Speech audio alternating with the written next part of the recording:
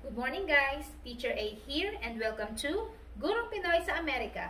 So sa mga subscribed members ng aking community, welcome back. At dun sa mga hindi pa member, makihit yung subscribe button sa ilalim at sama-sama tayong matuto sa matematika. So for today, ang pag-aaralan natin ay tungkol sa mga rational numbers. So paano ba mag-convert from fraction to decimal to percent or vice versa? So bali-baligtad. Paano ba natin gagawin yon? So meron tayo dito 3 examples. Iko-complete natin itong table na to sa pamamagitan ng pagko-convert ng fraction to decimal to percent. And then yung second given natin ay decimal. Iko-convert natin siya sa percent tsaka sa fraction. And then we have percent. Iko-convert natin siya sa decimal and fraction. So simulan na natin. Example number 1. Ang given ay fraction. So paano natin siya iko-convert into its decimal form? So simple lang ang gagawin. I-divide lang natin yung numerator by the denominator. Or, yung number sa taas, i-divide natin sa number sa baba. There.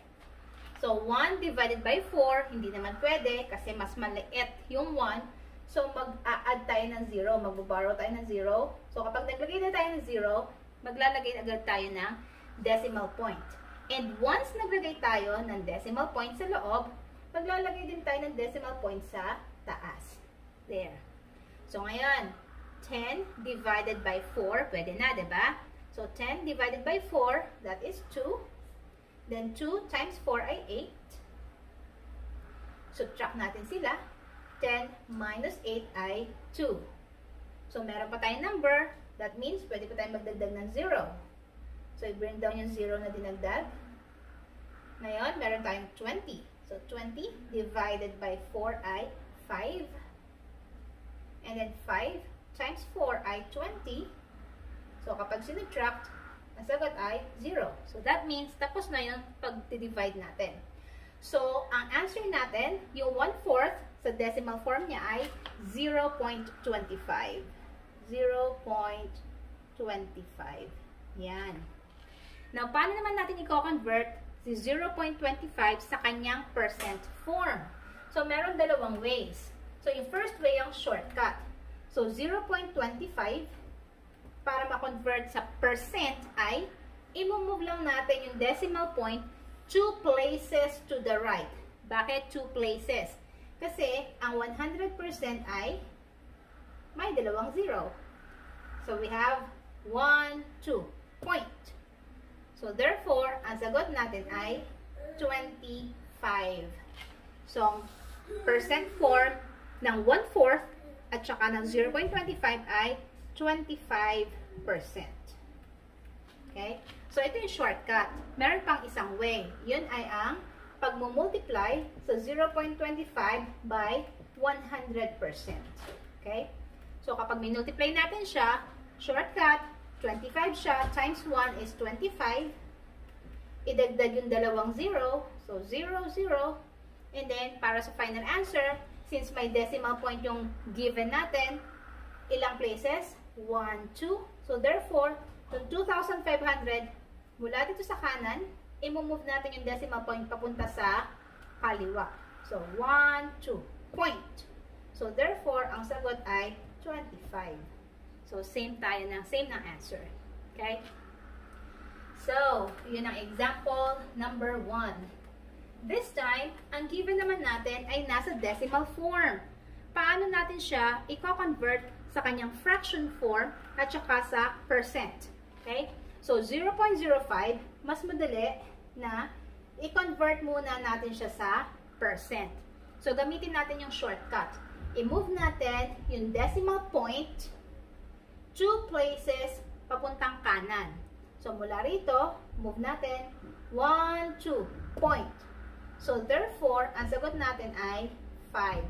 Kasi wala na yon. Yung mga zeros before ng number, ng whole number, wala na yon. So, we have 5%.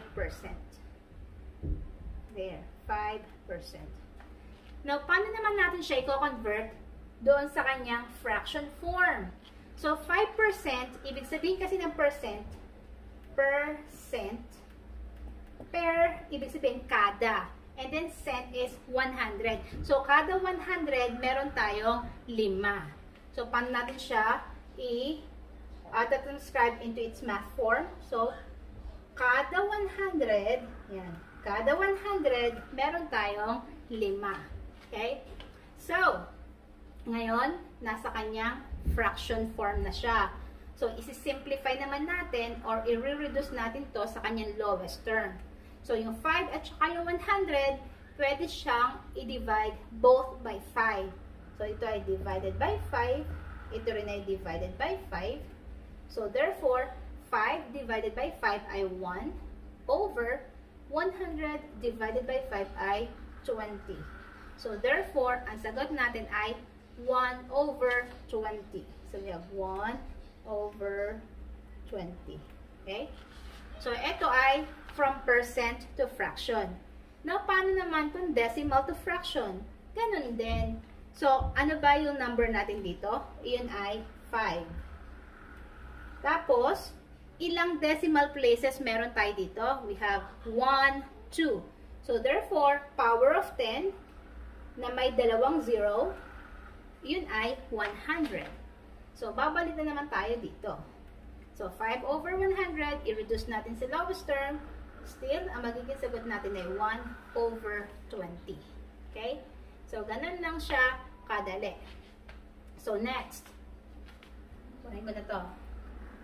This time, ang given naman natin ay nasa percent form.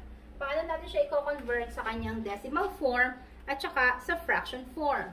So, ang given ay 60%. Kanina, ginagawa natin shortcut yung decimal para maging percent siya. Minumove natin yung decimal point 2 places to the right.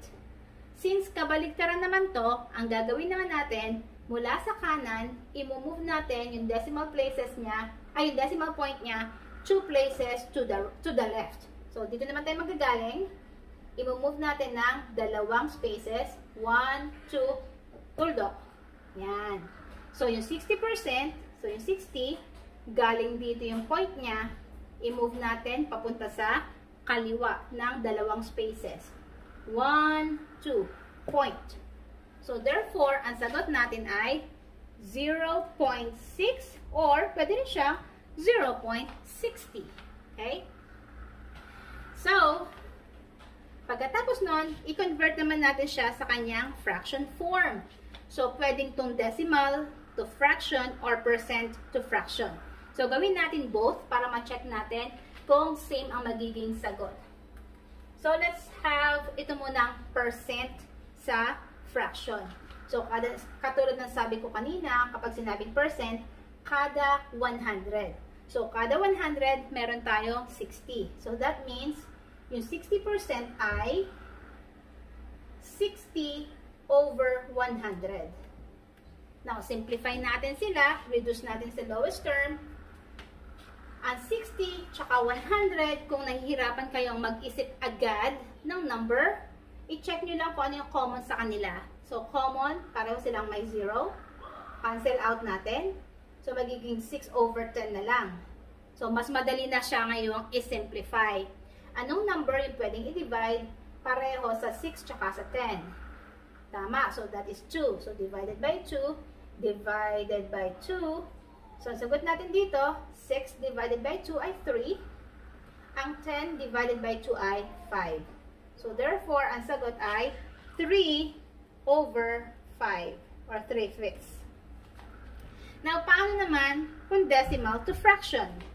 So, ang given natin ay 0.6. Okay? So, ang pinaka-number ay 6. So, kapihin natin si 6. Over. Now, ilang decimal place meron? Check natin. Move natin sa kanan. 1. So, isang beses lang natin siya minove para mapunta sa pinakadulo. So, ibig sabihin, power of 10, meron lang isang 0. Kasi isang beses lang natin to minove. So, 6 over 10. Now, simplify natin yung 6 over 10. Babalik ulit tayo dito. Parang ganun din siya. Divided by 2. Divided by 2. Final answer, 6 divided by 2 is 3. 10 divided by 2 is 5. So, ang sagot ay 3 over 5. Yon. So, ganun lang kasimple mag-convert from different forms. Fraction to decimal to percent. So, kung nagustuhan niyo yung video natin, kindly give me a like para i-share ni YouTube sa iba. And please, paki-share na rin para mas marami yung matuto. So, see you on my next video. Paalam!